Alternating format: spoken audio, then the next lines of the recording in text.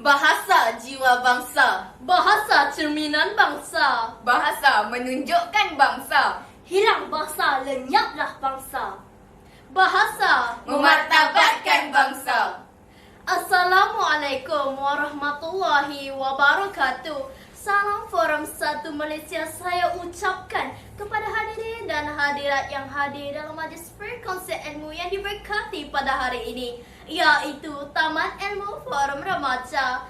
Alhamdulillah, bersyukur kita kehadrat ilahi kerana dengan limpah kurnia dan isinya dapat kita bersama-sama bersua dalam pertandingan forum. Bersama saya Nur Amalina binti Zulkifli selaku pengerusi anda pada hari ini. Hadirin dan hadirat sekalian, hari ini kami akan mengupas dan membincangkan tentang tajuk Bahasa Memartabatkan Bangsa.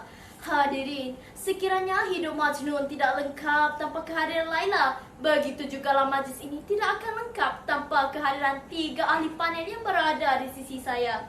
Oleh itu, marilah saya memperkenalkan panel kita yang pertama. Berjiwa besar, tidak lain dan tidak bukan, iaitu saudari Nur Hidayah binti Zulkifli. Selamat datang ya saudari. Terima kasih saudari. Seterusnya, marilah kita beralih kepada panel kita yang kedua. Nampak pemalu tapi bijak berkata-kata, iaitu saudari Arni Amira binti Daham Izman. Saudari sihat? Saya sihat saudari. Yang berada nun di hujung sana, kecil-kecil cili padi namun tajam bicaranya, iaitu saudari Nur Isah binti Muhammad Anwar. Jangan segan ya saudari.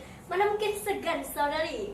Ahli-ahli panel segak sekalian, apa khabar? Alhamdulillah sihat. Alhamdulillah. Marilah kita berbalik semula kepada isu yang akan kita kupaskan pada hari ini, iaitu bahasa memartabatkan bangsa. Saudari, bolehkah saudari jelaskan definisi tajuk yang akan kita bawakan pada hari ini dan peranan bahasa Melayu dalam pembinaan negara bangsa untuk mendaulatkan kedudukan bahasa Melayu di negara kita? Silakan saudari. Terima kasih saudari pengerusi. Martabat. Apakah yang perlu kita martabatkan? Ya, bahasa. Pastilah bahasa.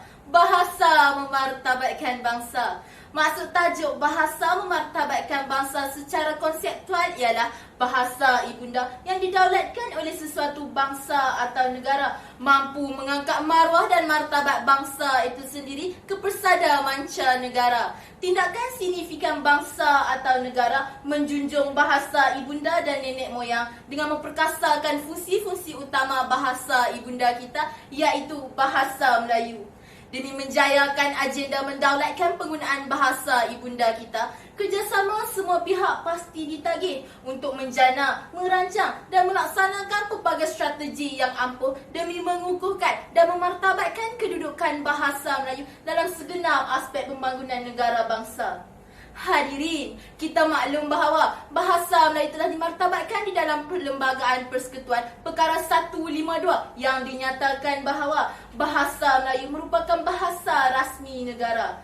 Bahasa rasmi merupakan bahasa yang digunakan dalam status urusan rasmi seperti urusan pentadbiran, sistem pendidikan, perdagangan, perusahaan, badan kehakiman, bicara rasmi dan antarabangsa. Hadirin yang dihormati sekalian, kebanggaan setiap bangsa terhadap bahasanya tidak pernah serupa. Contohnya, orang Perancis sanggup bermati-matian untuk mempertahankan bahasanya. Hal ini dikatakan demikian kerana apabila penduduk peribumi itu sendiri tidak mendaulatkan penggunaan bahasa kebangsaan mereka, mana mungkin negara itu dapat memartabatkan bangsanya. Begitu juga hadirin, kerajaan Malaysia memainkan peranan yang penting untuk mengangkat penggunaan bahasa Melayu di negara kita dengan menggunakan bahasa Melayu dalam dokumen dan ucapan rasmi kerajaan. Mari kita ambil contoh Tuan Ibrahim bin Tuan Man yang merupakan Menteri Alam Sekitar dan Air Malaysia berucap di pentas Pertubuhan Bangsa-Bangsa Bersatu PBB dengan bangganya menggunakan bahasa Melayu. Oleh itu, penggunaan bahasa Melayu di negara kita berperanan untuk mengangkat martabat bangsa itu bagi membuktikan bahawa bahasa mampu menjulang peradaban bangsa kerana bahasa jiwa bangsa.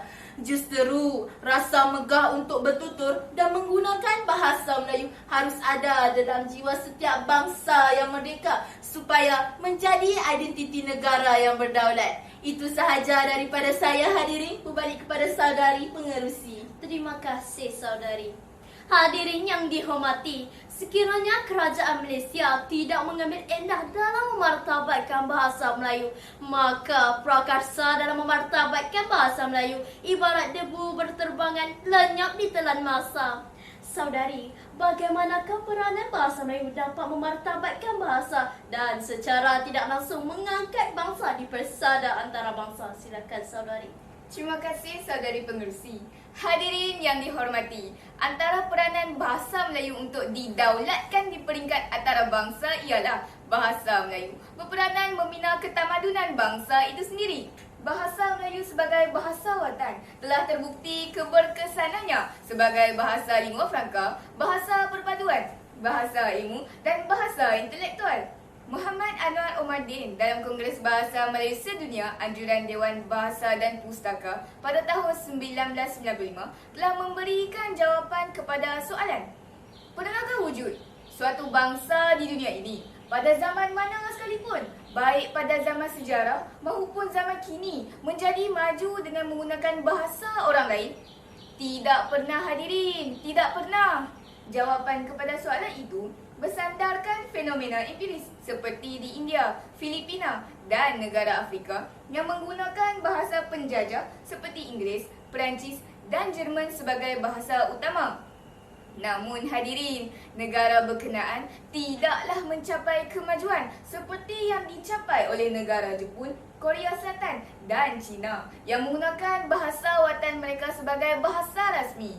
Oleh itu, penggunaan bahasa Melayu sudah tentu akan menampakkan kehebatan khazanah ilmunya jika terdapat kekayaan dari segi ilmu dan penulisan.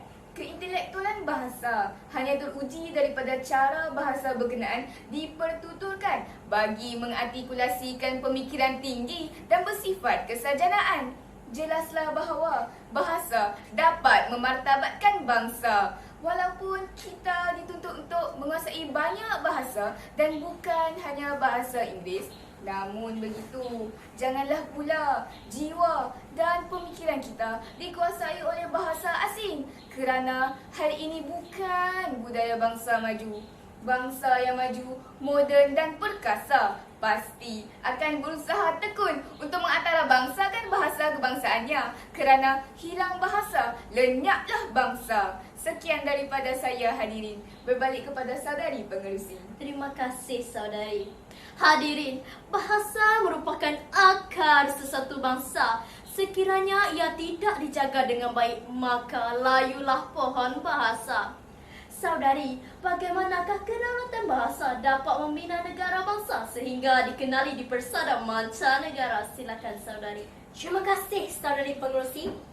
Hadirin, bahasa merupakan akar budaya bangsa. Bahasa merupakan akar jati diri bangsa dan bahasa merupakan akar nusa bangsa. Bahasa sememangnya mempunyai kuasa dalam menyatupadukan ummah kerana bahasa itu sendiri menjadi medium untuk membentuk perpaduan dalam masyarakat di setiap negara. Begitu juga dengan bahasa Melayu yang mampu untuk membina negara bangsa Malaysia.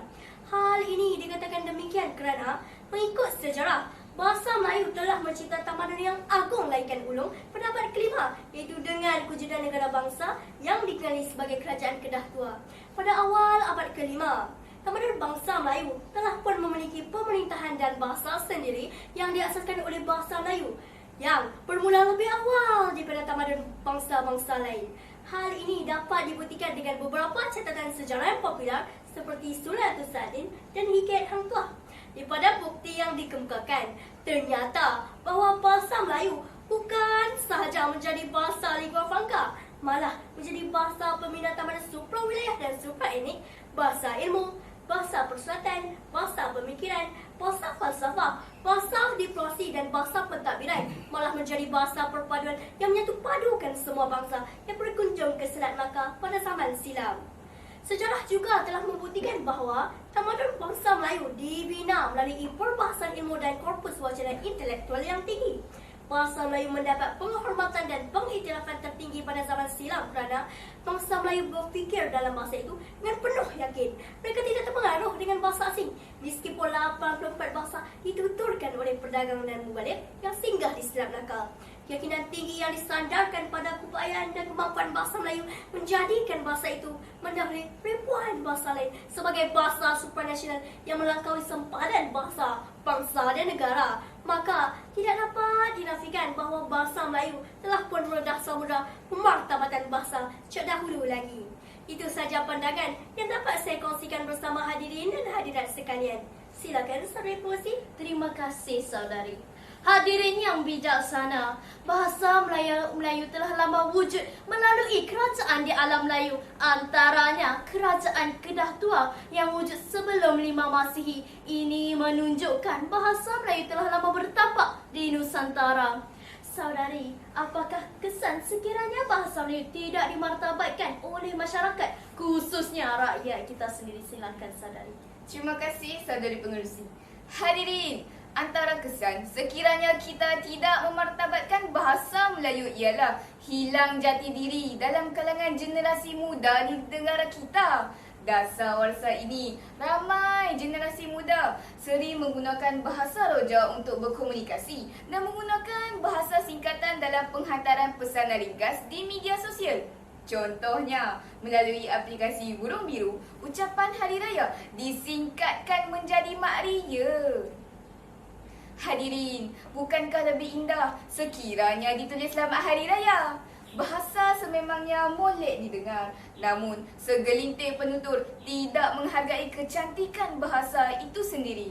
Kesan seterusnya ialah boleh menimbulkan persepsi buruk bangsa luar terhadap pencemaran bahasa. Persepsi buruk ini akan timbul kepada pelajar atau pelancong dari luar Malaysia yang mempelajari bahasa Melayu. Mereka akan mempersoalkan mengapa bahasa yang diujarkan oleh masyarakat Malaysia tidak sama seperti yang mereka pelajari.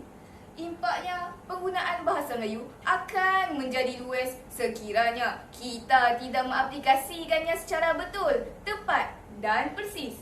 Jangan lupa hadirin, elakkan kesalahan, biasakan yang betul. Jelaslah bahawa masalah pencemaran bahasa boleh memberikan kesan yang negatif terhadap pembinaan jati diri dan sistem pendidikan negara. Setakat ini sahaja daripada saya. Berbalik kepada saudari pengerusi. Terima kasih saudari. Hadirin yang berwibawa, pencemaran bahasa membawa imej yang negatif terhadap negara. Maka kerajaan haruslah mengambil inisiatif untuk mengekang permasalahan ini berlaku. Saudari, bolehkah saudari jelaskan peranan agensi kerajaan seperti Dewan Bahasa dan Pustaka dalam usaha memartabatkan dan mendaulatkan bahasa Melayu di persada negara dan antarabangsa? Silakan saudari. Terima kasih saudari pengerusi.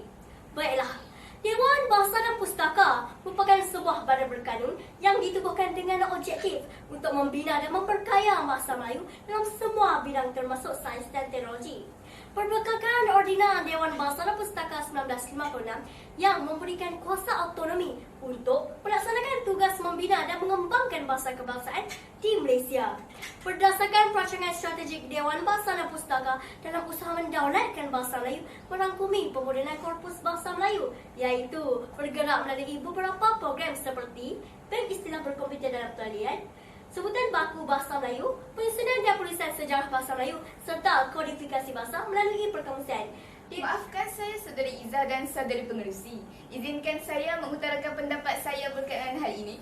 Silakan. Pada hemat saya, jawatan kuasa mendaulatkan bahasa Melayu perlu ditubuhkan dan diletakkan secara langsung di bawah pejabat Perdana Menteri supaya lambang keagungan tanah air ini tidak diragut maruahnya. Jawatan kuasa ini perlu diberi imuniti untuk membimbing dan melatih setiap usaha kementerian, menteri-menteri kabinet serta pegawai tadbir diplomatik supaya mahir berkomunikasi dalam bahasa Melayu dalam segenap aspek pentadbiran negara. Ya, benar kata saudari. Usaha seperti ini perlu dilakukan secara berterusan dan bukan bermusim. Perlu digalas bersama dan bukan menuding kepada yang lain. Saudari Arni, Dewan Bahasa dan Pustaka juga berperanan untuk mentarifkan peristilahan dan pengistilahan bahasa Melayu. Istilah yang dipinjam konsepnya hendaklah diterjemahkan mengikut acuan tempadan. Oleh hal yang demikian, istilah yang sudah dibakukan seharusnya dimasyarakatkan oleh pengguna bahasa kerana melalui istilahlah tergambar jati diri penutur itu sendiri. Sebagai warga negara yang prihatin dan setia kepada nusa bangsa yang tercinta, kita perlu bersikap sehati sejiwa bagi memikul tanggungjawab untuk menjadikan bahasa Melayu sebagai bahasa sarjana ilmu, bahasa yang berkemahiran tinggi serta bahasa komunikasi yang berwibawa, terampil dan sentiasa relevan baik di tanah air sendiri maupun di buana antara bangsa. Oleh itu, hadirin dan hadirat sekalian, marilah kita sama-sama bangkit dalam memperjuangkan kedaulatan dan maruah bahasa Melayu agar kekal digunakan pakai sehingga berabad-abad lamanya masa akan datang dan dilestarikan sampai ke akhir masa. Sekian daripada saya, berbalik kepada saudari penerusi. Terima kasih saudari. Hadirin, jangan leka dengarkan apa yang hendak dikata. Sekiranya acuan Dewan Bahasa dan Pustaka membentuk penutur dengan baik, maka acuan kuihnya adalah rakyat yang fasih dan megah dalam menutur bahasa Melayu. Saudari, apakah usaha-usaha kerajaan dalam menyebarluaskan bahasa Melayu di institusi di dalam dan di luar negara? Silakan saudari. Terima kasih saudari pengerusi. Bagi menjawab soalan yang dilontarkan Konsul Jeneral Malaysia di Frankfurt, Jerman, Mungkundan Manavan berkata, bahasa Melayu berperanan sebagai bahasa pemersatu dan pembina identiti rakyat Malaysia, memerlukan pelaksanaan cara baru lagi agresif untuk menzahirkan matlamat menjadikan bahasa Melayu sebagai bahasa ilmu di peringkat antarabangsa. Oleh itu, kerusi pengajian bahasa Melayu di universiti luar negara perlulah diberikan nafas baru untuk menarik lebih ramai pelajar peringkat prasiswaza dan pasca siswaza di institusi luar negara. Antara institusi luar negara yang menawarkan kursi pengajian bahasa Melayu termasuklah Tokyo University of Foreign Studies, Hankook University of Foreign Studies dan Beijing Foreign Studies University. Ahli panel sekalian, pernahkah anda mendengar pertandingan pidato antarabangsa bahasa Melayu Piala Perdana Menteri? Untuk pengetahuan semua, pertandingan ini mula diperkenalkan pada tahun 1974 di Kolej Melayu Kuala Kangsar LCKK Perak. Pertandingan ini merupakan pertandingan yang terulung dan terkemuka di Malaysia. Tujuan pertandingan ini diadakan adalah untuk mengetengahkan bahasa Melayu sebagai unsur kebudayaan dan tamadun kepada masyarakat dunia untuk membentuk satu globalisasi budaya yang murni. Jika Malaysia mahu memastikan negara kita tidak bersifat sehala, yakni daripada barat ke timur sahaja, namun boleh juga sebaliknya. Justru usaha untuk menganjurkan pertandingan ini sewajarnya diteruskan supaya suatu hari nanti kita dapat menambahkan bilangan penutur bahasa Melayu di peringkat global. Saudari Izzah, Kementerian Pengajian Tinggi di Malaysia juga sewajarnya merealisasikan bahasa Melayu sebagai bahasa akademik utama. Perubahan ini mula dilihat menjelang tahun 1970-an sehingga 1980-an di mana setiap universiti dan kolej di Malaysia mula menjadikan bahasa Melayu sebagai bahasa pengantar. Contohnya, Universiti Awam juga telah memperkasakan kedudukan bahasa Melayu semenjak penubuhan Universiti Kebangsaan Malaysia UKM yang menggunakan bahasa Melayu sebagai bahasa pengantar dan secara tidak langsung dapat membuktikan kehebatan bahasa Melayu itu sebagai bahasa ilmu. Namun, penggunaan bahasa Inggeris di setiap universiti pada akhir-akhir ini untuk mengejar kedudukan atau ranking dengan izin dan tempat tertinggi di mancanegara akan menjatuhkan kedaulatan bahasa Melayu sebagai wahana ilmu pengetahuan. Jelaslah bahawa usaha ini mampu mengangkat martabat bahasa Melayu sejajar dengan kepesatan dunia yang sedang sibuk dengan kekanan permasalahan yang akan meruntuhkan tembok budaya bangsa. Itu sahaja yang dapat saya jelaskan hadirin. Berbalik kepada saudari pengerusi. Terima kasih saudari. Tuntasnya hadirin, semua pihak memainkan peranan yang sangat penting dalam memartabatkan bahasa Melayu. tidak kiralah dari peringkat tempatan mahupun global, kerana ia melambangkan jati diri dan lambang negara yang merdeka. Oleh itu, kita mestilah berusaha sebaik mungkin untuk meningkatkan kelestarian bahasa. Bak kata pujangga, patah saya bertongkat paruh, patah paruh bertongkat siku. Patah siku bertongkat dagu, patah dagu bertongkat kuku. Itu sahaja daripada saya. Saya menutup majlis ini dengan wabillahi taufiq wa hidayah. Assalamualaikum warahmatullahi wabarakatuh.